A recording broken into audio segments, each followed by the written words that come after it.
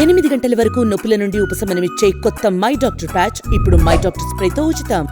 Anakapalli parliament నియోజకవర్గంలో 6 అసెంబ్లీలు అనకాపల్లిలో counting జరుగుతున్నాయి. ఒక అసెంబ్లీ మాత్రం పెందుర్తి విశాఖపట్నం జరుగుతుంది. అన్ని 7 నియోజకవర్గాలు పార్లమెంట్లో ఉండే 7 నియోజకవర్గాలు మొత్తం చూస్తే దాదాపు 16 నుంచి 17 ఉదయము కొన్ని ఛానల్స్లో పోస్టల్ బ్యాలెట్స్ ఎంచుతున్నారు. పోస్టల్ బ్యాలెట్స్ వల్ల ఈ మెజార్టీలు అని చెప్తున్నారు. సిగ్గు ఉండాలి. ఇంతవరకు పోస్టల్ బ్యాలెట్స్ కౌంటింగే స్టార్ట్ కాలా, ఓన్లీ సెగ్రిగేషన్ జరుగుతోంది. పోస్టల్ బ్యాలెట్స్ కనుక కౌంటింగ్ స్టార్ట్ అయితే ఇంకొక 1.5% పెరుగుతుంది. అర్థమైందా? ఛానల్స్లో హైదరాబాద్లో కూర్చొని రకరకాలుగా మాట్లాడేది కాదు. నేను చెప్పింది టెలికాస్ట్ చేస్తారా? ఛానల్స్లో కూర్చొని పోస్టల్ బ్యాలెట్స్లో వచ్చినాయి, పోస్టల్ బ్యాలెట్స్ ఇంకా ఎంచుతున్నారు, అవి మెజారిటీలు అంటున్నారు. ఇక్కడ జరిగే వాస్తవం మీకు చెప్పట్లేదా? ఇక్కడ ఉండే మీ యాంకర్స్ పోస్టల్ బ్యాలెట్స్ మళ్ళీ చెప్తున్నా, ఓన్లీ సగ్రిగేషన్ జరిగింది. ఇంతవరకు పోస్టల్ బ్యాలెట్ కౌంటింగ్ స్టార్ట్ కాలేదు.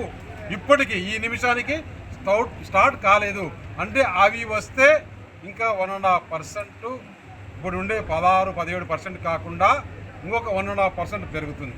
అనకాపల్లిలో ఇప్పుడు వరకు జరిగిన దాని ప్రకారం చూస్తే దాదాపు పార్లమెంటుకు 2.5 లక్ష పైచులకు ఓట్లు మెజారిటీ వచ్చే అవకాశం ఉంది. అలాగే 7 అసెంబ్లీలు గెలుస్తున్నాయి. అనకాపల్లి 50,000, పెందుర్తి 50,000, యలమంచిలి దాదాపు 45,000, మాడుగుల 25 నుంచి 30,000, పాయకరావుపేట చోడవరం అవి కూడా ఇదే పద్ధతిలో మీరు చూడండి. యావత్ ఆంధ్రప్రదేశ్లో ఏ విధంగా జరుగుతుందో జగన్ కన్నా జనసేనకు ఎక్కువ వస్తాయని నేను ఇప్పుడు కూడా చెప్తున్నా. ఈ కూటమికి వ్యతిరేక ఓటు చీలకూడదు, మనం అందరం కలిసికట్టుగా ఉండాలని చెప్పిన పవన్ కళ్యాణ్కి నా జోహార్లు, నా జిందాబాద్. అలాగే ఏదైతే చంద్రబాబు నాయుడుని అరెస్ట్ చేశారో ఆ రోజు పవన్ కళ్యాణ్ గారు పెద్ద మనసు చేసుకొని ఆంధ్రప్రదేశ్ పరిస్థితి తెలుసుకొని నేను తెలుగుదేశము జనసేన కలిసి పనిచేస్తాం, అలాగే భారతీయ జనతా పార్టీని కూడా మేము మాట్లాడి వారిని కూడా ఒప్పిస్తామని చెప్పిన ఆయన ఏదైతే అనుకున్నాడో ఈరోజు జరిగి తీరింది. ఎందుకంటే చంద్రబాబు నాయుడును ఏ విధంగా అవమానించారు, ఆంధ్రప్రదేశ్ ప్రజలను ఏ విధంగా అవమానించారు.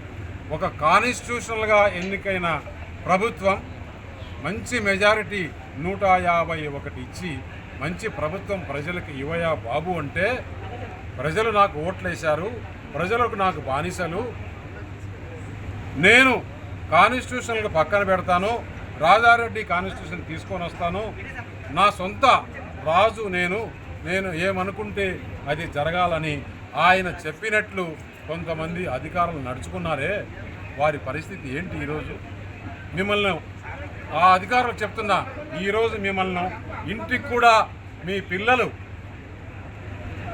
మీ భార్యలు ఇంట్లోకి రాణిస్తారా?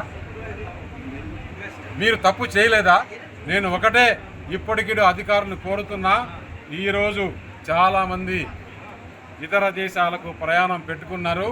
ఎవరెవరైతే ఆంధ్రప్రదేశ్లో దోచుకున్నారో వారందరికీ కూడా లుక్అవుట్ నోటీసులు ఇవ్వాలని పోలీసు వారికి చెప్తున్నా.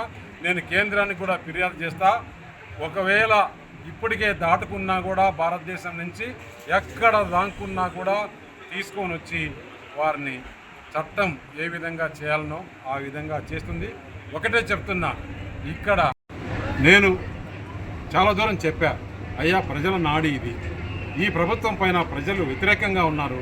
వ్యతిరేకం కాదు, కసి, కోపం ఏ విధంగా చూపించారో చూడండి.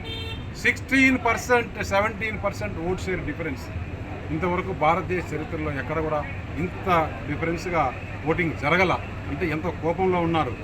ఒకసారి అధికారం ఇచ్చి ఒక ఛాన్స్ ఇవ్వండి అంటే ఏదో తండ్రి లేని పిల్లవాడు కదా అని చెప్పేసి ఇస్తే మీ ఇష్టానుసారం నేను ఇప్పుడు కూడా చెప్తున్నా, కొంతమంది పోలీసు అధికారులు, కొంతమంది మంత్రులు, కొంతమంది నాయకులు ఇష్టానుసారంగా ఆంధ్రప్రదేశ్ సంపద దోచుకున్నారు.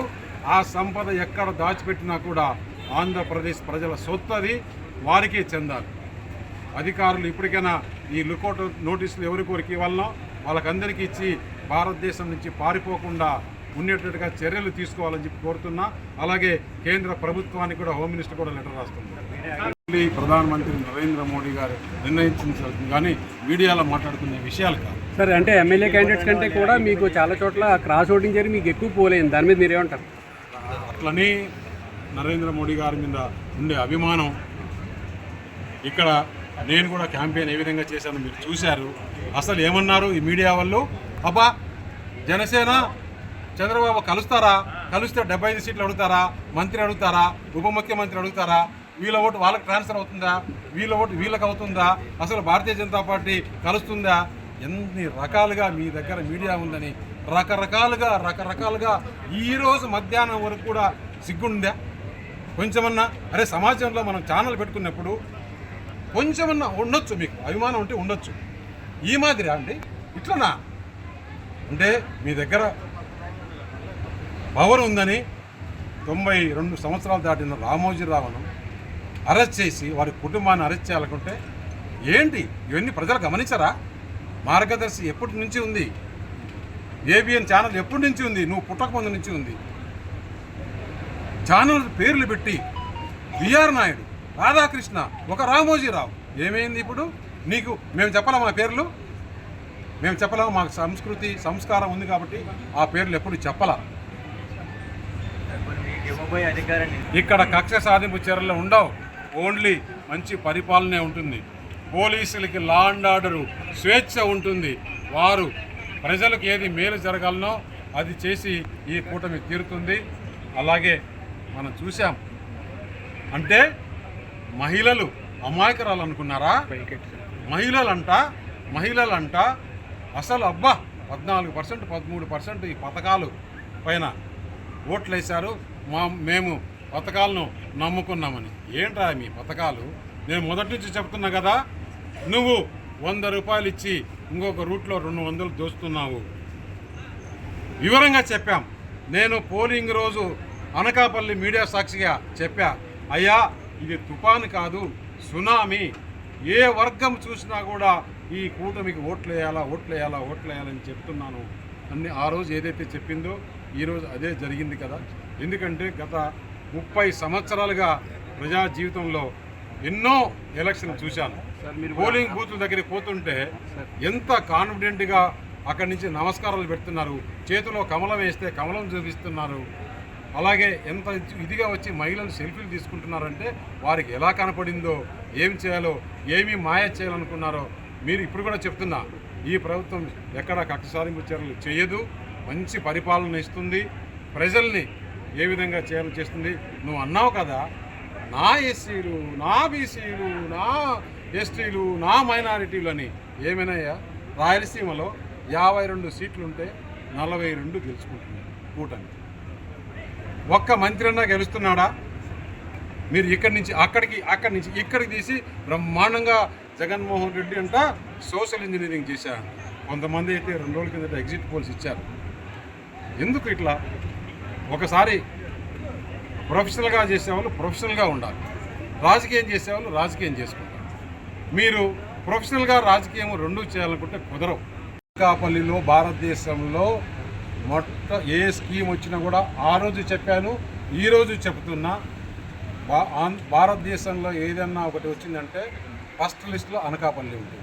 అనకాపల్లి ప్రజలకు రుణపడి ఉంటుంది జీవితాంతం. సార్ ఇండస్ట్రీ చేస్తానన్నారు అనకాపల్లి జిల్లాకి. కొత్తగా వచ్చిన 45 రోజుల్లోనే దాదాపు 2.5 లక్షల మెజార్టీతో గెలిపించారంటే ప్రజలు నా పైన ఎంతో నమ్మకం పెట్టుకున్నారు.